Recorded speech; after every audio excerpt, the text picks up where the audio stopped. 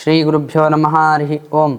నారాయణాయ పరిపూర్ణగుణార్ణవాయ విశ్వోదయస్థితిలయో నియతిప్రదాయ జ్ఞానప్రదాయ విబుధాసుర సౌఖ్యదుఃఖ సత్కారణాయ వితతాయ నమో నమస్తే.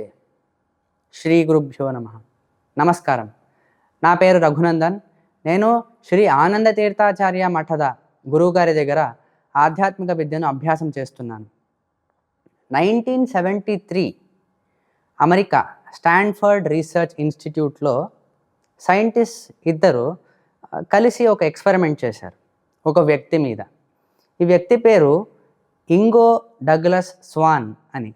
అయితే ఈ వ్యక్తిని కూర్చోపెట్టి అడిగేది ఏంటి అని అంటే, గురుగ్రహం అంటే బృహస్పతి, జూపిటర్, ఆ జూపిటర్ని మేము టెలిస్కోప్లో చూసాము, కానీ అది ఎగ్జాక్ట్గా ఎలా ఉంటుంది, అందులోపల ఏముంటుంది, అది దాని అట్మాస్ఫియర్ ఎలా ఉంటుంది, అది దేనితో నిర్మాణం అవ్వబడింది, దాని గురించి వివరాలు చెప్పాలి అని చెప్పి అడుగుతారు.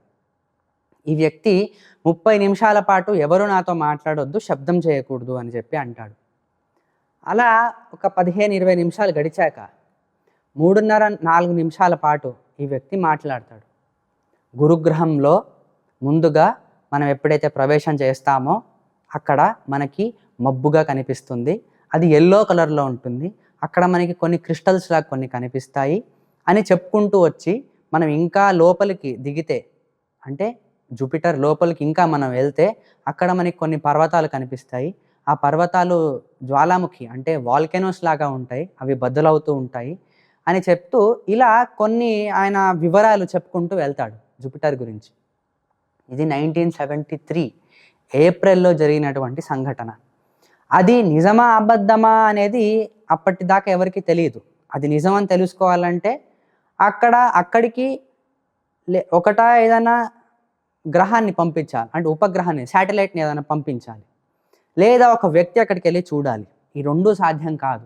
1973 అప్పటి విషయం ఇది. కానీ 1979లో వాయేజర్ ప్రోబ్ అని చెప్పి అమెరికా వాళ్ళు పంపిస్తారు.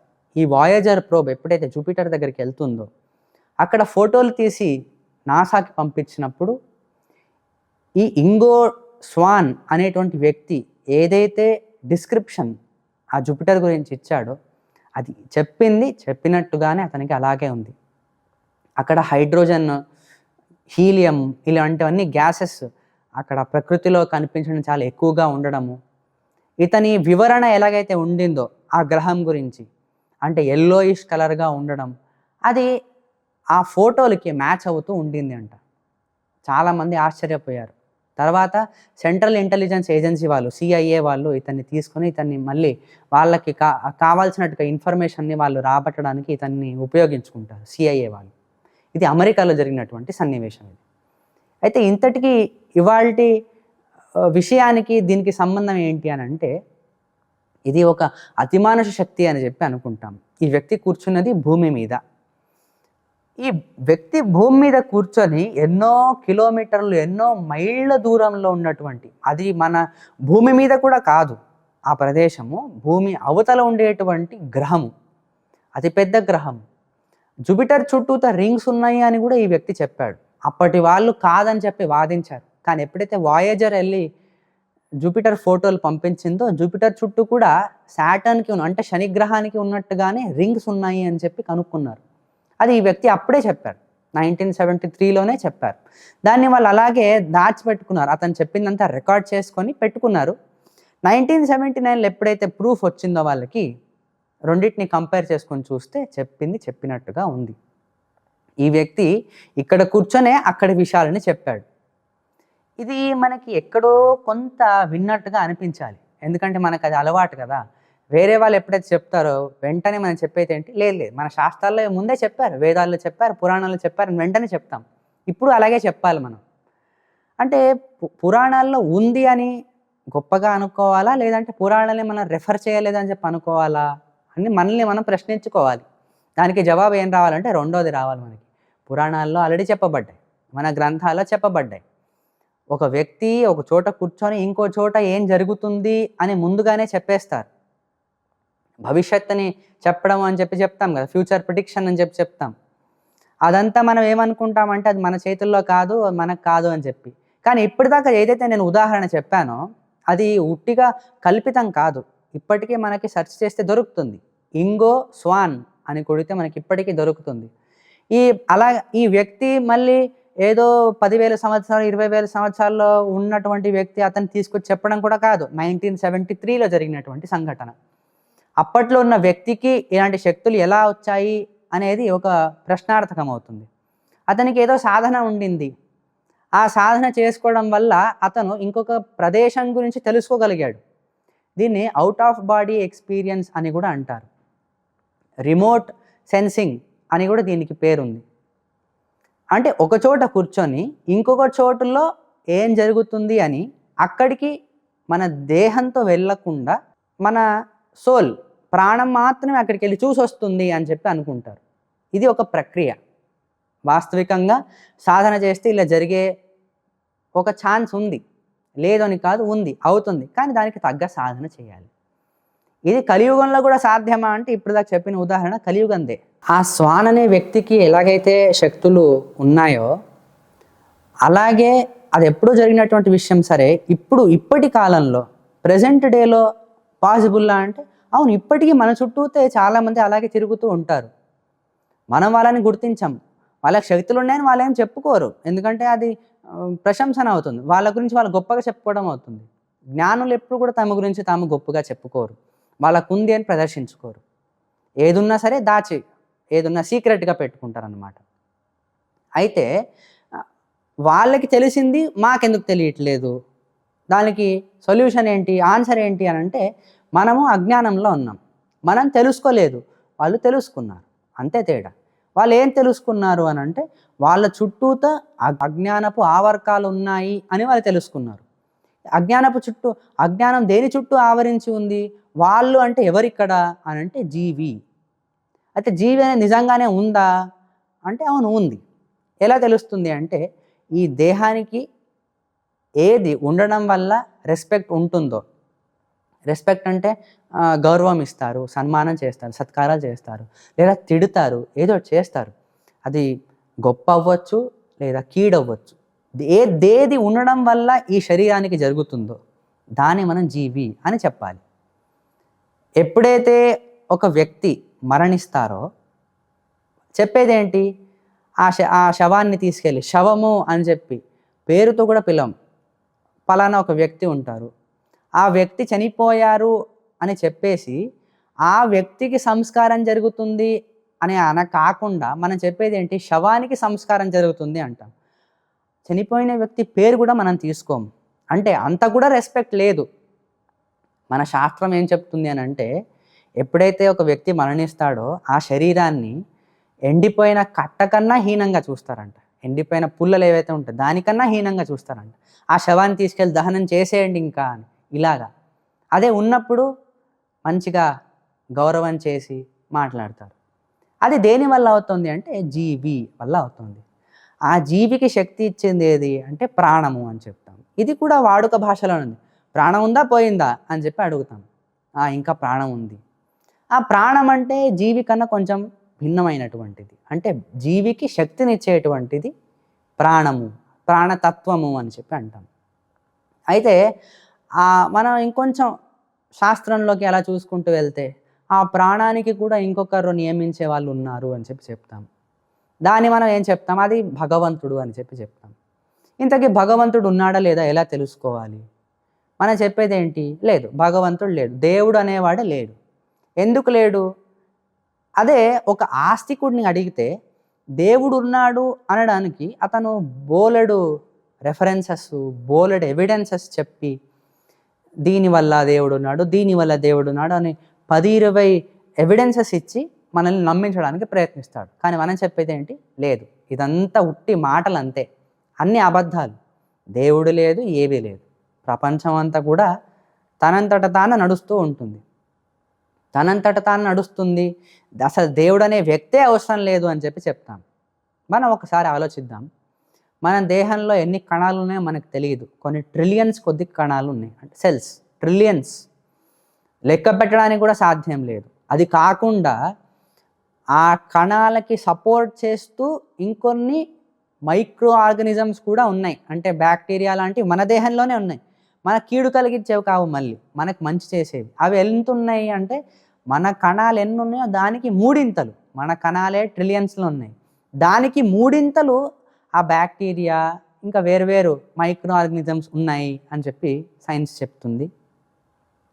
చాలా ఎవరో నిర్మాణం చేశారేమో అన్నట్టుగా మన దేహంలో ఆర్గన్స్ కూడా ఎలా ఉంటాయి, గుండె, తర్వాత కాలేయం, ప్యాంక్రియాస్, లంగ్స్, అవి ఎవరో కరెక్ట్గా అమర్చారేమో అన్నట్టుగా, ఎవరో స్పష్టంగా దాన్ని చెక్కారేమో అన్నట్టుగా శిల్పంలాగా అద్భుతంగా ఏర్పరిచి ఉంటుంది మన శరీరం. ఇది ఇలాగా మనం ఏం చెప్పొచ్చు అంటే, లేదు తల్లి గర్భంలోనే అన్నీ ఏర్పడతాయి, దానికి దేవుడేం అవసరం లేదు, సెల్స్ లోపలే మల్టిప్లై అవుతుంటాయి కాబట్టి సువ్యవస్థితంగా అవుతుంది, ఇంకొక వ్యక్తి అవసరం లేదు. సరే, ఒప్పుకున్నాం. ఇంకొంచెం మనం భూమి దాటి బయటికి వెళ్దాం, గ్రహాల గురించి చూద్దాం. సూర్యుడి నుండి ప్రతి ఒక్క గ్రహము ఒక స్పెసిఫిక్ డిస్టెన్స్లో ఉంది, ఒక పర్టికులర్ దూరంలో ఉంది ప్రతి ఒక్క గ్రహం కూడా. అది అంతే దూరంలో ఎందుకు ఉంది? అంతకంటే ఎక్కువ ఉండొచ్చు కదా, లేదా అంతకంటే తక్కువ ఉండొచ్చు కదా? లేదు, అంతే దూరంలో ఉంది ఒకటి. రెండోది, ప్రతి ఒక్క గ్రహానికి దానికి ఒక వేగంతో తిరుగుతోంది. అది తన చుట్టూతో తాను తిరుగుతూ సూర్యుడి చుట్టూ కూడా తిరుగుతోంది. అది అంతే వేగంతో ఎందుకు తిరుగుతోంది? మన సైన్స్ చెప్పేది ఏంటంటే, ఒక బిగ్ బ్యాంగ్ అనేది అయ్యింది, ఒక స్ఫోటన అయ్యింది, ఒకే ఒక్కసారి చాలా పెద్దగా స్ఫోటన అయింది. ఆ స్ఫోటన అవ్వడం వల్ల అన్ని కణాలన్నీ కూడా ఎగిరి పడ్డాయి, అన్నీ దూరంగా పడ్డాయి. దూరంగా పడడం వల్ల దేనికైతే ఎక్కువ బలం ఉండిందో, దేనికైతే ఎక్కువ మాస్ ఉండిందో, దాని చుట్టూ చిన్న వస్తువులన్నీ తిరగడం మొదలుపెట్టాయి అని చెప్పి చెప్తారు. దూరంగా వెళ్ళాయి అని అంటే అర్థం ఉంది, కానీ దూరంగా వెళ్ళినవి తిరగడం మొదలుపెట్టాయి అంటే దానికి ఎలా అర్థం వస్తుంది? దీన్ని మనం ఆలోచించాలి. మళ్ళీ ప్రతి ఒక్క గ్రహము తన చుట్టూ తాను తిరుగుతూ సూర్యుడి చుట్టూ తిరుగుతుంది. అలాగే మనం ఏదైతే సోలార్ సిస్టమ్ అని అంటున్నామో అది కూడా అలాగే లేదు, ఒక చోట స్థితిగా అది దానికి స్థిరంగా లేదు, అది కూడా ఇంకొక దాని చుట్టూ తిరుగుతోంది. గ్యాలక్సీ అని చెప్పన్నాం. ఆ గ్యాలక్సీ ఇంకొక లోకల్ గ్యాలక్సీతో పాటు అది ఆ ఎంటైర్ లోకల్ గ్యాలక్సీ కూడా మళ్ళీ తిరుగుతుంది. మిల్కీవే గ్యాలక్సీ అనేది ఉంది, అందులో ఎన్నో బోలెడు స్టార్స్ ఉన్నాయి. ఈ ఎంత ఒక సిస్టమ్, ఇదంతా ఇంకో దాని చుట్టూ తిరుగుతోంది. ఇలా బోలెడు ఎన్నెన్నో ఉన్నాయి, లెక్కలేనన్ని ఉన్నాయి. ఇవన్నీ కూడా ఇలా తిరుగుతున్నాయి. ఒకే ఒక స్ఫోటన ద్వారా ఇవన్నీ ఏర్పడ్డాయి అని అంటే ఆలోచించాలి. ఇలా ఆలోచిస్తూ వెళ్తే ఎక్కడో ఒక చోట ఒక ఇంటెలిజెంట్ స్పీషీస్, ఒక తెలివిగల వ్యక్తి అక్కడ ఉండి అలా నడిపిస్తూ ఉండాలి. దాని లోపలైనా ఉండాలి, లేదా దాని బయట అయినా ఉండాలి. ఇవన్నీ తిరుగుతున్నామని చెప్పాం కదా, ఒక వ్యక్తి తిప్పాడు అని అంటే ఎవరు తిప్పలేదు అనుకుంటే, మనము ఇంట్లో ఆడుతూ ఉంటాము, ఒక వస్తువుని తిప్పుతాం, బాల్ని తిప్పుతామని చెప్పి పెట్టుకుందాం. బాల్ని మనం తిప్పడం మొదలు పెడితే స్టార్టింగ్లో వేగంగా తిరుగుతుంది, తర్వాత స్లోగా అది దాని వేగం తగ్గుతూ వస్తుంది. ఫ్రిక్షన్ అని చెప్పి చెప్తాం. సరే, ఫ్రిక్షన్ కూడా లేదని చెప్పి పెట్టుకుందాం. తిప్పితే అది అలాగే తిరుగుతూ ఉంటుందా? లేదు, ఎప్పుడో ఒకప్పుడు అది ఆగిపోవాలి. ఆ బాల్ అనేది ఎప్పుడో ఒకప్పుడు ఆగిపోవాలి. అలాగే ఈ గ్రహాలన్నీ కూడా ఎప్పుడో ఒకప్పుడు ఆగిపోవాలి కదా, కానీ ఇవాళ ఆగట్లేదు, నిరంతరంగా తిరుగుతూనే ఉన్నాయి. మనం కార్ నడుపుతూ ఉంటాం, కార్ని స్టార్టింగ్లో అయితే స్లోగా మొదలవుతుంది. ఎప్పుడైతే మనం యాక్సలరేటర్ని నొక్కగానే స్పీడ్ అందుకుంటుంది. మన హైవే మీద వెళ్ళేటప్పుడు యాక్సలరేటర్ని అలా నొక్కి పట్టుకున్నప్పుడు ఏమవుతుంది, అది 100లోనో 120లోనో కాన్స్టెంట్గా అదే స్పీడ్లో వెళ్తూ ఉంటుంది కారు. అది స్పీడ్ పెరగదు, అటు తగ్గదు. మధ్యలో స్పీడ్ బ్రేకర్లు ఏవి లేదనుకున్నాం. ఔటర్ రింగ్ రోడ్ మీద వేగంగా, అంటే స్మూత్గా ఉంది అని చెప్పి పెట్టుకుందాం, వేగంగా వెళ్తూ ఉంటుంది. కారు ఆగదు. ఎప్పటిదాకా ఆగదు అంటే యాక్సలరేటర్ మనం ఎప్పుడైతే ఆపమో అప్పటిదాకా కారు ఆగదు, వెళ్తూనే ఉంటుంది. అలాగే గ్రహాలు కూడా, గ్రహాల లోపల ఉన్నటువంటి ఒక ఆపరేటర్ ఆపనంత వరకు గ్రహాలు తిరగడం కూడా ఆపవు. లేదంటే ఈ పాటికి ఆగిపోవాల్సింది. అంటే ఒక స్ఫోటన వల్ల గ్రహాలు మొత్తం తిరుగుతూ ఉన్నాయని పెట్టుకుంటే, ఆ స్ఫోటన ఎన్నో మిలియన్ల కొద్ది సంవత్సరాల ముందు అయినటువంటి స్ఫోటన ఇప్పటికీ ఆగిపోవాల్సింది. ఇప్పటికీ ఆగలేదు, అలాగే తిరుగుతున్నాయి. తర్వాత ప్రతి ఒక్క సూర్యుడి నుండి ప్రతి ఒక్క గ్రహము పలానా డిస్టెన్స్లో ఉంది. ఇవన్నిటిని పెట్టుకుంటే ఖచ్చితంగా ఎవరో ఒక వ్యక్తి లోపల ఉండి బయట నుండి దాన్ని కంట్రోల్ చేస్తున్నాడు అనేటువంటి అండర్స్టాండింగ్కి మనం వస్తాం. ఈ దేహం కూడా అంతే, మన కంట్రోల్లో ఉంది అని చెప్పి అనుకుంటాం, కానీ నిద్రపోయినప్పుడు మన కంట్రోల్లో ఉంటుందా? ఉండదు. మెలుకున్నప్పుడు మనము మన దేహం నా కంట్రోల్లో ఉంది అని చెప్పి మనం చెప్పుకుంటాం, కానీ ఎంతవరకు? ఊపిరైనా మన కంట్రోల్లో ఉందా? మనకు ఊపిరి తీసుకుంటున్నామన్న ధ్యాస కూడా మనకు ఉండదు. ఇంకొకరు మనకి చెప్పాలి, నువ్వు ఊపిరి తీసుకుంటున్నావు, కొంచెం నిదానంగా తీసుకో అని. అప్పుడు మనకు గుర్తుంది, అరే అవును కదా నేను ఊపిరి తీసుకుంటున్నానని నిదానంగా ఊపిరి తీసుకుంటాం. దానికి ప్రాణాయామం అని పేరు పెట్టుకున్నాం. బయట వాళ్ళు ఇంకొక పేరు పెట్టుకొని దాన్ని అమ్ముకున్నారు.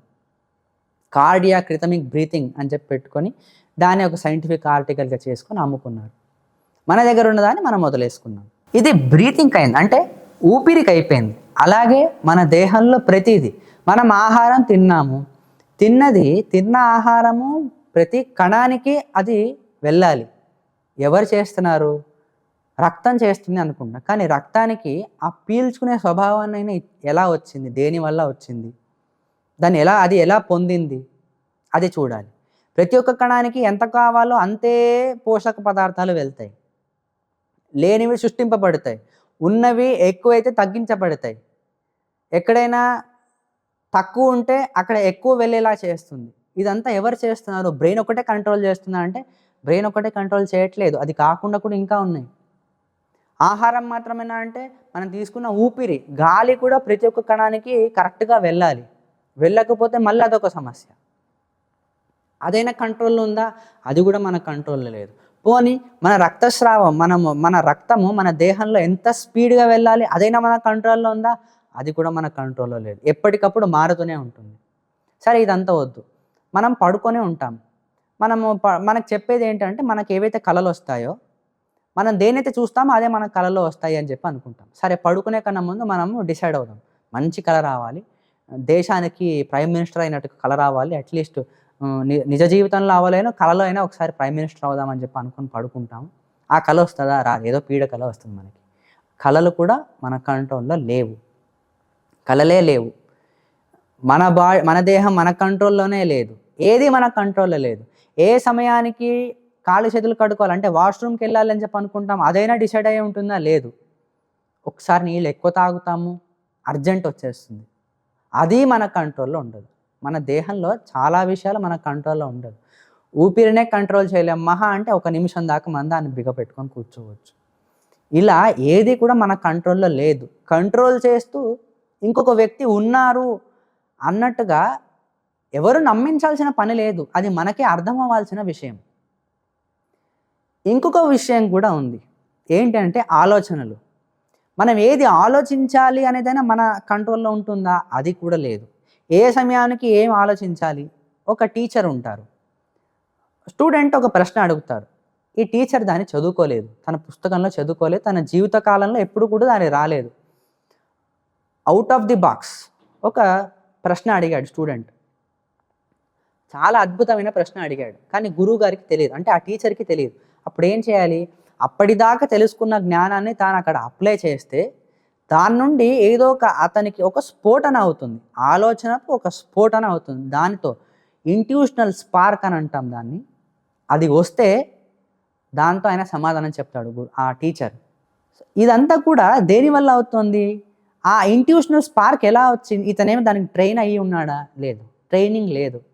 అప్పటిదాకా నేర్చుకునేది సడన్గా ఇతనికి ఎలా గుర్తొచ్చింది? అదే మూమెంట్లో ఎందుకు గుర్తొచ్చింది? ఈ గురువు ఇంటికి వెళ్తాడు, ఇంటికి వెళ్ళినప్పుడు అతను వంట చేస్తాడో లేకపోతే ఇంటి పనులు చేసుకుంటాడని పెట్టుకున్నాడు, అప్పుడు ఇవేవి గుర్తుకు రావే, ఈ మూమెంట్లో మాత్రమే గుర్తుకు వస్తాయి. అది ఎవరి కంట్రోల్లో ఉంది? అదైనా ఇతని కంట్రోల్లో లేదు కదా. పోనీ ఇతను ఏమైనా తన బ్రెయిన్ మీద ఎక్కువ ప్రెషర్ పెట్టి నాకు గుర్తు రావాలి అనుకుంటున్నాడు, అది కూడా లేదు. కొన్నిసార్లు తనేదో కార్లో వెళ్తున్నాడు అని చెప్పి పెట్టుకుందాం, సడన్గా పాఠంలో ఏదో గుర్తొస్తుంది, అది ఎవరు గుర్తు చేశారు ఇతనికి?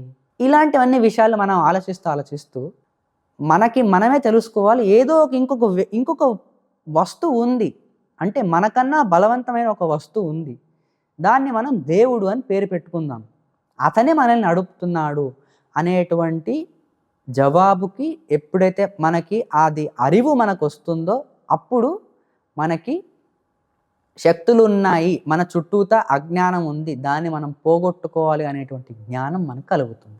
మనము ఓడిపోయేది ఎక్కడ అనంటే, మనల్ని ఎవరైనా ఒక వ్యక్తి వచ్చి మనం ఆస్తికులు అయ్యుండి దేవుడిని బలంగా నమ్మేవాళ్ళం అయ్యుండి మనల్ని ఆయన ప్రశ్నించాలి.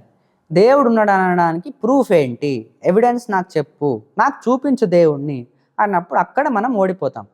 దేవుడు ఉన్నాడు అని చెప్పి వందల కొద్దీ ప్రూఫ్లు మనం ఆయన చెప్తాం, కానీ మనల్ని ఆయన ఒక ప్రశ్న అడగాలి.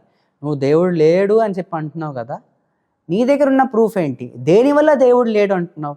నేను ఎలాగైతే నీకు కరెక్ట్గా ప్రూఫ్లు చెప్తున్నానో అదేలాగా నువ్వు నన్ను కన్విన్సింగ్గా చెప్పాలి దేవుడు లేడు అని చెప్పి. నువ్వు కూడా నాకు ప్రూఫ్ ఇవ్వు. నువ్వు సైంటిఫిక్గానే ఇస్తావో, స్క్రిప్చర్స్ నుండే అంటే మన శాస్త్రాల నుండే పట్టుకొస్తావో, మా శాస్త్రాలు కాదు నీదైనా శాస్త్రాలు పట్టుకొనిరా, దాంట్లో నుండి చెప్పు, దేవుడు లేడు అనడానికి నువ్వు చెప్పు అని అడిగినప్పుడు ఇలా చర్చిస్తే కానీ దేవుడు ఉన్నాడా లేదా అని మనకు స్పష్టంగా అర్థం కాదు. ఈ కలియుగంలో మనము ప్రూఫ్ల కన్నా కూడా మాటలు వినడం ఎక్కువ. మనం చెప్పేది ఏంటంటే ఎవిడెన్స్ లేదు, అందుకని ఎవిడెన్స్ లేదు కాబట్టి దేవుడు లేడు అంతే. దేనికి ఎవిడెన్స్ లేదు? దేవుడు ఉన్నాడని చెప్పడానికి ఎవిడెన్సెస్ మన శాస్త్రాలు ఉన్నాయి కదా అంటే, శాస్త్రం నాకు ఎవిడెన్స్ కాదు అంటాం. ఎందుకు ఎవిడెన్స్ కాదు శాస్త్రము? దానికి మనం చెప్పాలి, మళ్ళీ దానికి ఎవిడెన్స్ ఇవ్వాలి. మనం శాస్త్రం ఎందుకు ఎవిడెన్స్ కాదు అనడానికి మనం ఎవిడెన్స్ ఇవ్వాలి.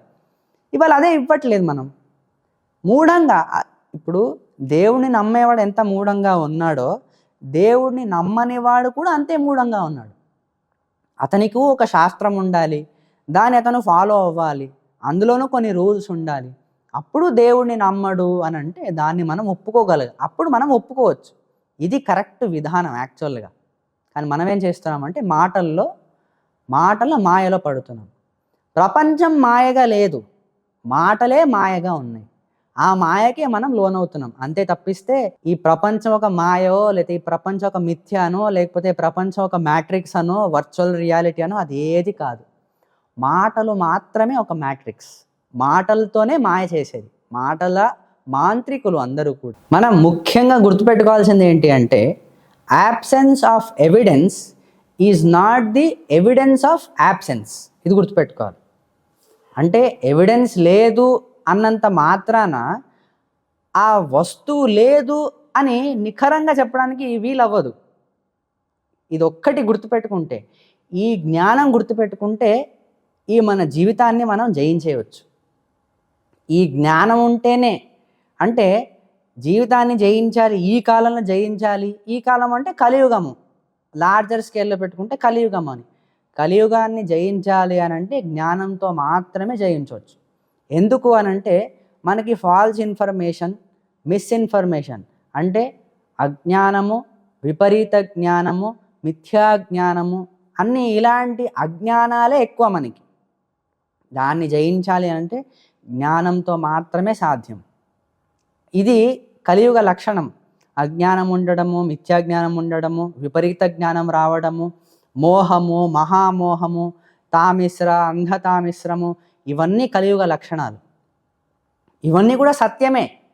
ఇంతవరకు నేను చెప్పుకొచ్చింది ఏంటి అని అంటే ఇవన్నీ కూడా సత్యమే. కలియుగము అనేది సత్యము. అదేంటి అలా అంటారు కలియుగం? ఎందుకంటే మనకు వచ్చే ప్రశ్నే అది, దేవుడు అసలు నిజానికి ఉన్నాడా లేడా? మనము స్టార్టింగ్లో నమ్మడానికి బాగానే ఉంటుంది. మనం ఎప్పుడైతే ఆధ్యాత్మిక విద్యని మొదలు పెడతామో, మనము చిన్న చిన్న గ్రంథాలతో మొదలుపెట్టి భగవద్గీత అని, ఉపనిషత్తులని, పురాణాలు చదువుకుంటూ, తర్వాత వేదాలని చదువుకుంటూ అంతా బాగుంటుంది. కానీ ఇవి శాస్త్రం ఉండేది చదువుకొని తల నింపుకోవడానికి కాదు, తలలో నింపుకున్న దాన్ని జీవితంలో అప్లై చేయడానికి, జీవితాన్ని జయించడానికి ఉండేది. ఈ శాస్త్రం అంతా కూడా, జ్ఞానం అంతా కూడా జయించాలంటే అప్లై చేయాలి. అప్లై చేయడానికి జ్ఞానం రావట్లేదు అని అంటే అక్కడ మనం ఓడిపోతున్నట్టు లెక్క. ఎందుకు ఓడిపోతున్నాం అంటే ఎలా అప్లై చేయాలో మనకు అర్థం కాదు, సిచ్యువేషన్ని ఎలా ఫేస్ చేయాలో అర్థం కావట్లేదు, ఉన్న జ్ఞానాన్ని ఎక్కడ అప్లై చేయాలో తెలియట్లేదు. ఇదే మనకి ఉన్నటువంటి సమస్య. అందుకే సిచ్యువేషన్ని అర్థం చేసుకోవాలంటే ఫస్ట్ మనం సిచ్యువేషన్ని యాక్సెప్ట్ చేయాలి. యాక్సెప్టెన్స్ ముఖ్యం. సైకాలజీ చెప్పేది అదే. మనం చెప్పేది ఏంటంటే లేదు, నాకు సమస్యలు లేవు, అది లేదు, ఇది లేదని చెప్పి అనుకుంటాం. కానీ జీవితం అంతా నా జీవితమే బాధాకరము అని చెప్పుకొస్తాం. అది అలా అవ్వకూడదు అని అంటే ఫస్ట్ మనం యాక్సెప్ట్ చేయాలి.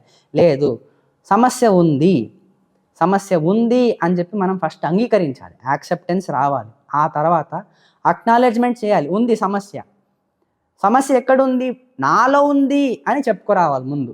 తర్వాత ఇంకొక వ్యక్తి అనేది సెకండరీ. ఫస్ట్ నాలోనే సమస్య ఉంది అనేది గుర్తించాలి, అక్నాలెడ్జ్మెంట్. ఆ తర్వాతే రిపేర్లు అవన్నీ కూడా జరిగేది. ఇక్కడ కలియుగంలో ప్రధానంగా జరగని వస్తువు ఏంటి అంటే అక్నాలెడ్జ్మెంట్, యాక్సెప్టెన్స్. ఏంటి యాక్సెప్టెన్స్? దేన్ని గుర్తించము, దేన్ని నమ్మము అంటే భగవంతుణ్ణే మనం నమ్మము. అది ఎంత పెద్ద శాస్త్రవేత్తే కానీ, శాస్త్రము అని అంటే అది ఆధ్యాత్మికమైన అవ్వచ్చు, లేదా మన సైన్స్ అయినా అవ్వచ్చు, విజ్ఞానం అయినా అవ్వచ్చు. అక్కడ మనము ఒప్పుకోవడానికి రెడీగా లేము. ఎందుకు రెడీగా లేము? కళ్ళకు కనిపించడు కాబట్టి ఆ వ్యక్తి లేడు. ఇందాక చెప్పినట్టుగా absence of evidence is not the evidence of absence. అంటే వస్తువు లేనంత మాత్రాన అది లేదు అనడానికి ఎవిడెన్స్ కాదు అది. ఇది మనం గుర్తుపెట్టుకోవాలి. భగవంతుడు లేడు అని ఏ ఎవిడెన్స్తో చెప్తున్నాము అది చూడాలి. అదే మనం అడగము. అందువల్లే మనము జీవితంలో ఓడిపోతున్నది. ఇప్పటికీ ఓడిపోయేది ఎందుకంటే ఎవిడెన్స్ దొరకట్లేదు అని. దొరకాలంటే ఏం చేయాలి? మనం కెమిస్ట్రీ ల్యాబ్లో ఉంటాం, లేదా ఫిజిక్స్ ల్యాబ్లో ఉంటాం, ఒక ఎక్స్పెరిమెంట్ చేయాలి. బయాలజీ ల్యాబ్లో అయినా సరే ఒక ఎక్స్పెరిమెంట్ చేయాలంటే ఒక ప్రోటోకాల్ ఉంటుంది, ప్రొసీజర్ ఉంటుంది, ఒక పద్ధతి ఉంటుంది, దాన్ని ఫాలో అవ్వాలి. చేతిలో గ్లౌజ్ వేసుకోవాలి, మాస్క్ వేసుకోవాలి, ఏదైతే ఇన్స్ట్రుమెంట్ ఉంటుందో దాన్ని కరెక్ట్గా హ్యాండిల్ చేయాలి, చేతులు వణకకూడదు, ఇలాంటివన్నీ ఉంటాయి. అవన్నీ ఫాలో అవ్వాలి. కలపడం ఎంతసేపు కలపాలి, ఎంతసేపు ఆపాలి, లేదా ఎంతసేపు ఒకవేళ దాన్ని హీట్ చేయడం ఉంటే ఎంతసేపు హీటింగ్ చేయాలి, లేదా కూలింగ్ చేయడం ఉంటే ఎంతసేపు కూలింగ్ చేయాలి. ఇలా వాళ్ళు సమయం ఎంత నిర్దిష్టమైన సమయం ఇచ్చారో అంతే చేయాలి. మనం ఎక్కువ చేసినా రాదు, తక్కువ చేసినా రాదు. చాలా స్పెసిఫిక్గా ఉంటుంది. అలాగే భగవంతుణ్ణి చూడాలి అనుకున్నా కూడా అంతే నిర్దిష్టమైనటువంటి ప్రొసీజర్స్ని మనం ఫాలో అవ్వాలి. అన్నీ కూడా టైం లిమిటెడ్, సమయానికి సరిగ్గా ఉండాలి. ఎంత సమయం చెప్పారో అంత సమయంలో చేయాలి. ఎంత క్వాంటిటీలో చెప్పారో అంతే క్వాంటిటీలో చేయాలి. ఇక్కడ క్వాంటిటీ అని అంటే ఏదైనా అవ్వచ్చు. అక్కడ టైం అవ్వచ్చు, మనం కూర్చునే ఏరియా అవ్వచ్చు, ఏది కరెక్ట్ క్వాంటిటీలో ఉండాలి. ఫోకస్ ఎంత ఉండాలి అంతే ఫోకస్ ఉండాలి. ఎందుకంటే కెమిస్ట్రీ కానీ, ఫిజిక్స్ కానీ, బయాలజీలో మనం ఎక్స్పెరిమెంట్స్ చేసేటప్పుడు ఒక వస్తువుని ఏదో యాడ్ చేసేది ఉంటుంది, దాంట్లో వేసేది ఉంటుంది. వాళ్ళు ఎంత చెప్పారో అంతే వేయాలి. వాళ్ళు చెప్పింది 1 గ్రామ్ అంతా, మనం వేసేది 100 గ్రామ్స్ అంత అయితే, 1 కిలో అంత వేసి రియాక్షన్ అవ్వు అని చెప్తే అది ఎలాగో ఇది అలాగే. ఎంత చేయమని చెప్పారు, ఎంత సంఖ్యలో చేయమని చెప్పారు. క్వాంటిటీ అంటే సంఖ్య. ఇక్కడ ఏ సంఖ్యలో చేయాలి, ప్రతిరోజు ఎంత నిర్దిష్టం ఉంది ప్రతిరోజుకి తెలుసుకొని, అంటే మన లిమిట్స్ ఎంత అని తెలుసుకొని, శాస్త్రం ఎంత చెప్పిందో లిమిట్స్, శాస్త్రాన్ని ఎందుకు నమ్మాలి అంటే దిశానిర్దేశం చేసేదే శాస్త్రం కదా. ఇప్పుడు సైన్స్లో ఈ 3 సబ్జెక్ట్సే తీసుకుందాం, బయాలజీ, ఫిజిక్స్, కెమిస్ట్రీ. ఆ ఎక్స్పెరిమెంట్ని అలాగే ఎందుకు చెప్పాలి, ఆ బుక్లో అలా చెప్పినట్టుగానే ఎందుకు చేయాలి, నాకు ఇష్టం వచ్చింది నేను చేసుకుంటా అంటే రిజల్ట్ రాదు మనకి. ఇక్కడ అంతే, రిజల్ట్ రాదు. మనకి శాస్త్రంలో ఏం చెప్పారో, సైన్స్లో అయితే వాళ్ళకి బుక్ ఉంటుంది, లేదా రీసెర్చ్ పేపర్స్ అని ఉంటాయి, అందులో వాళ్ళు ఎలా చెప్పారో అలా ఫాలో అయితే మనకి రిజల్ట్ వస్తుంది. ఇందులో కూడా మనకున్న రీసెర్చ్ పేపర్స్ కానీ బుక్స్ ఏవి మనకి, మన శాస్త్రాలు, వేదాలు, ఉపనిషత్తులు, పురాణాలు, మహాభారతం, పంచరాత్రాలు, ఇవి మనకి శాస్త్రాలు. అందులో వాళ్ళు ఎంత చెప్పారో, ఎంత మన మీద నిర్దేశన చేశారో అంత చేస్తే ఖచ్చితంగా అవుతుంది. ఇది కలియుగ ధర్మం. ఇలా ఉండాలి కలియుగంలో. వాళ్ళు చెప్పింది చేసుకొని వెళ్తే ఖచ్చితంగా మనకి కనిపించిన దేవుడు కనిపిస్తాడు. 2 రకాలుగా కనిపిస్తాడు. బయట కనిపిస్తాడు, లోపల కనిపిస్తాడు. బయట ఎలా కనిపిస్తాడు, దానికి ఎగ్జాంపుల్ ఏంటి అంటే అర్జునుడి ఎగ్జాంపుల్. సింపుల్, చాలా ఈజీ ఎగ్జాంపుల్. కృష్ణుడితో అర్జునుడు అంటాడు, కృష్ణ, నేను నీ దివ్యమైన రూపాన్ని, నువ్వు విశ్వరూపం అని చెప్పి అంటున్నావు, విశ్వమంతటా వ్యాపించి ఉన్నావు అంటున్నావు, నేను దాన్ని చూడాలనుకుంటున్నాను, నాకు చూపించు అంటే దానికి కృష్ణుడు అంటాడు, అది మ్యాజిక్ షో లాగా లేని వస్తువుని ఆబ్రకదబ్రా అని చెప్పగానే నీ ముందు ప్రత్యక్షం అయిపోయేది కాదు విశ్వరూపం అంటే. దానికి సపరేట్గా నీకు కొత్త ఒక దివ్య దృష్టి, దివ్యం దదామి తే చక్షు, నీకు ఒక దివ్య చక్షు ఇస్తాను, ఆ దివ్య చక్షస్సు నుండి నువ్వు విశ్వరూపాన్ని చూడగలుగుతావు అని చెప్పి కృష్ణుడు చెప్తాడు. అయితే ఆ అర్జునుడికి ఇప్పుడు మనం ఇందాక ఏం చెప్పుకొచ్చాము, ప్రొసీజర్ ఫాలో అయితే మాత్రమే దర్శనం రిజల్ట్ వస్తుంది అని చెప్పాం. అంటే శాస్త్ర ప్రకారంగా మనం ఏదైతే ఫాలో అవ్వాలో అవన్నీ అయితే మనకి దేవుడి దర్శనం అవుతుంది అనేది ఇక్కడ ఈ ప్రస్తుత సన్నివేశంలో. అర్జునుడు రణభూమిలో నించొని అతనేం సాధన చేశాడు, దేవుడి విశ్వరూపాన్ని చూస్తున్నాడు కదా. దేవుడిని దర్శనం చేయాలంటే ఖచ్చితంగా సాధన కావాలి. అందులో మంత్రం ఉంటుంది, తంత్రం ఉంటుంది, ధ్యానం ఉంటుంది, మననం ఉంటుంది, నిధిధ్యాసన ఉంటుంది, అన్నీ ఉంటాయి. అవన్నీ ఫాలో అవ్వాలి. ఆ రణభూమిలో నుంచి అర్జునుడు చేసినటువంటి సాధన ఏంటి, విశ్వరూపాన్ని చూశాడు కదా అని అంటే అప్పటిదాకా ఇది ఎక్కడొస్తుంది, విశ్వరూపాధ్యాయం అని 11వ అధ్యాయంలో వస్తుంది. మొదటి 10 అధ్యాయాలు కృష్ణుడు చెప్పిందంతా విన్నాడు కదా అర్జునుడు. విన్నదాన్ని మనసులో మనన చేస్తూనే ఉన్నాడు. అంటే కృష్ణుడు చెప్పిన దాని మీద కంటిన్యూస్గా ఆలోచిస్తూనే ఉన్నాడు, అక్కడ మనసులో సాధన చేస్తూనే ఉన్నాడు. అదే అతని ఎలిజిబిలిటీ. ఆ ఎలిజిబిలిటీ వల్లనే విశ్వరూపాన్ని నీకు దివ్య చక్షుస్సు ఇస్తాను అని చెప్పి కృష్ణుడు చెప్పి అతనికి దివ్యమైన చక్షు ఇచ్చి విశ్వరూపాన్ని దర్శనం చేయించాడు. ఇది బయట దర్శనమైంది. ఆంతరంగిక దర్శనం ఇంకొకటి ఉంది. బయట దర్శనం వల్ల మనకి మోక్షం కలగదు. బయట దర్శనం వల్ల దేవుడు కనిపించాడు అని చెప్పుకోవడమే. కానీ ఎప్పుడైతే మన లోపల అంతరంగంలో ఉండేటువంటి భగవంతుడు ఎప్పుడైతే కనిపిస్తాడో, అన్ని భూతాలలో హృద్దేశే అర్జున తిష్టతి, అన్ని భూతాలు అంటే ఎన్నైతే ప్రాణులు ఉన్నాయో, ప్రాణులు అంటే అందులో మనుషులు కూడా వచ్చారు, అన్ని మనుషులు, పశువులు, పశుపక్షులు అన్నిటిల్లో హృదయంలో నేను ఉన్నాను అని భగవంతుడు కృష్ణుడు చెప్తున్నాడు. ఆ హృదయంలో ఉన్నటువంటి భగవంతుడి దర్శనం ఎప్పుడైతే అవుతుందో అప్పుడు మనకి మోక్షం అనేది కలుగుతుంది. బయట దర్శనం వల్ల మోక్షం కలగదు. మోక్షం అంటే ఈ జీవితం నుండి విముక్తి అవ్వచ్చు, లేదా మోక్షలోకమే అవ్వచ్చు. మనకి 3 స్థానాలు అని చెప్పి ఉన్నాయి మనకి. ఏంటి 3 స్థానాలు అని అంటే, ఒకటి శేషశాయిగా ఉన్నటువంటి విష్ణువు, ఒకటి దాన్ని మనం అనంతాసన అంటాం, శ్వేతద్వీప, ఇంకా వైకుంఠం అని 3 స్థానాలు, భగవంతుడు ఉండేటువంటి 3 స్థానాలు. శ్వేతద్వీపము, అనంతాసనము, తర్వాత వైకుంఠం. ఫస్ట్ మనకి అనంతాసనం వస్తుంది, తర్వాత శ్వేతద్వీపం వస్తుంది, ఫైనల్గా మనకి వైకుంఠం. వైకుంఠం అంటేనే మోక్షస్థానం. అయితే మోక్షస్థానానికి వెళ్ళాలి అని అంటే, ఆ వైకుంఠాన్ని చేరుకోవాలి అంటే మన లోపల ఉన్నటువంటి భగవంతుడి దర్శనం అవ్వాలి. ఈ అనంతాసనము, శ్వేతద్వీపము అనేది బయట నుండి దర్శనం అయ్యేటువంటి రూపాలు. కానీ వైకుంఠంలో ఉన్న రూపం దర్శించాలి అంటే మన లోపల ఉన్నటువంటి భగవంతుడిని దర్శిస్తే అప్పుడు మనకి వైకుంఠంలో స్థానం దొరుకుతుంది. దాన్ని మనం మోక్షం అంటాం. ఆ వైకుంఠంలో మళ్ళీ 4 రకాలుగా ఉన్నాయి. అంటే మోక్షం మళ్ళీ 4 రకాలు, 4 లెవెల్స్గా ఉంది. అది మళ్ళీ అది వేరు. ప్రస్తుతానికి బయట నుండి దర్శనము, లోపల నుండి దర్శనం అని. ఈ కలియుగంలో ఇవన్నీ సాధ్యమా అని ఇంకొక ప్రశ్న. ఈ బయట దర్శనము అవ్వడము, లోపల దర్శనం అవ్వడము, అసలు బయట దేవుడు కనిపిస్తాడా అంటే ఖచ్చితంగా కనిపిస్తాడు. చెప్పిన ప్రొసీజర్ని ఫాలో అవ్వాలి. కలియుగంలో ఏం ఫాలో అవ్వాలి అని అంటే, భగవద్గీతలో మన కృష్ణుడు ఎంత చెప్పాడో దాన్ని కరెక్ట్గా మనం ఫాలో అయితే ఖచ్చితంగా బయట దేవుడు కనిపిస్తాడు, లోపల ఉన్న దేవుడు కనిపిస్తాడు. బయట దేవుడు కనిపించాలన్నా కలియుగ నియమం ప్రకారం మెయిన్ ధర్మం ఏంటి అని అంటే, అజ్ఞానం పోవాలి, జ్ఞానం రావాలి. అంటే అజ్ఞానం ప్లేస్లో జ్ఞానం రావాలి, సబ్స్టిట్యూషన్ అనేది జరగాలి. అజ్ఞానం పోయి జ్ఞానం రావాలి. జీవి చుట్టూత కూడా అజ్ఞానము ఆవర్కాలుగా ఉంటుంది. మొత్తం రౌండ్ రౌండ్ రౌండ్ సర్కిల్గా చుట్టుకొని ఉంటుంది. ఆ ఒక్కొక్క సర్కిల్ అంటే ఒక్కొక్క అజ్ఞానపు కవరింగ్ పోతూ ఉంటే మనకి కొన్ని మనలో యాక్టివేట్ అవ్వడం స్టార్ట్ అవుతుంది. మన కుండలిని యాక్టివేషన్ అని చెప్తాము, 7 చక్రాల యాక్టివేషన్ అంటాము, రకరకాలుగా చెప్పుకుంటాం. దాన్ని రకరకాలుగా సాధించవచ్చు.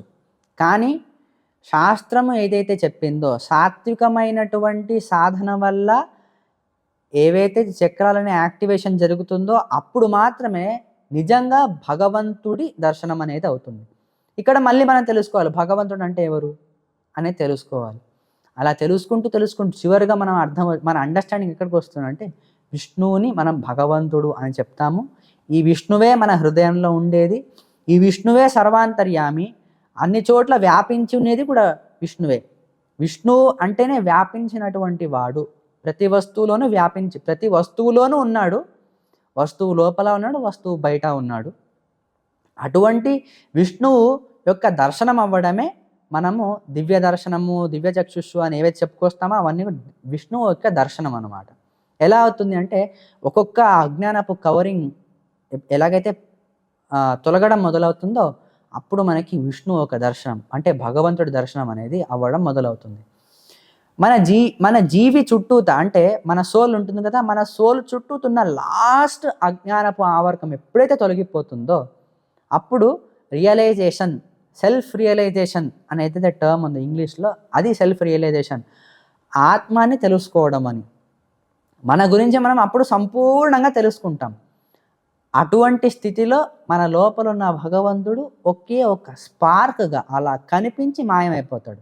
దాన్నే అపరోక్ష జ్ఞానము అని చెప్తాం. ఈ అపరోక్ష జ్ఞానం ఎప్పుడవుతుంది అంటే మన జీవికి ఉన్నటువంటి లాస్ట్ అజ్ఞానపు ఆవర్కం తొలగిపోతే అప్పుడు మనకి ఇది జరుగుతుంది. అప్పటిదాకా కూడా వేర్వేరు అంటే చాలా వేర్వేరుగా చాలా సంఖ్యలో ఈ అజ్ఞాన ఆవర్కాలు ఉంటాయి. ఒక్కొక్క అజ్ఞానం ఆవర్కం తొలగిపోతూ ఉంటే మనకి బయట ప్రపంచం దివ్యంగా కనిపించడం మొదలవుతుంది. ముందుగా బయట ఉన్న వస్తువుల్లో భగవంతుడిని చూడడం మొదలవుతాం. తర్వాత ధ్యానంలో భగవంతుడు కనిపించడం మొదలవుతాడు. ఆ తర్వాత మన జీవస్థానంలో ఉండేటువంటి భగవంతుడి దర్శనం అవుతుంది. అది చివరిగా అవుతుంది. కలియుగంలో ఇవన్నీ సాధ్యమా అంటే ఖచ్చితంగా సాధ్యం స్వామి, ఇవన్నీ ఖచ్చితంగా సాధ్యం.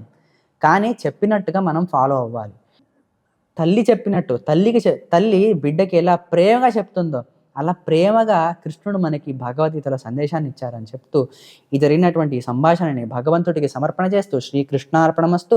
యస్సర్వగుణ సంపూర్ణ సర్వదోష వివర్జిత ప్రియతాం ప్రీత ఏవాలం విష్ణుర్మే పరమసుహృత్. శ్రీకృష్ణార్పణమస్తు. ముగించే ముందు మళ్ళీ ఇంకొక మాట, ప్రపంచం మాయ కాదు, ప్రపంచంలో మాయ లేదు, మాయ మాటల్లో ఉంది. ఆ మాయ మాటలకి మనం లొంగితే మనం మాయలో ఉండి ప్రపంచమంతా మాయ కనిపిస్తుంది తప్పిస్తే ప్రపంచం అంతా సత్యము, ప్రపంచం మిథ్య కాదు. శ్రీకృష్ణార్పణమస్తు.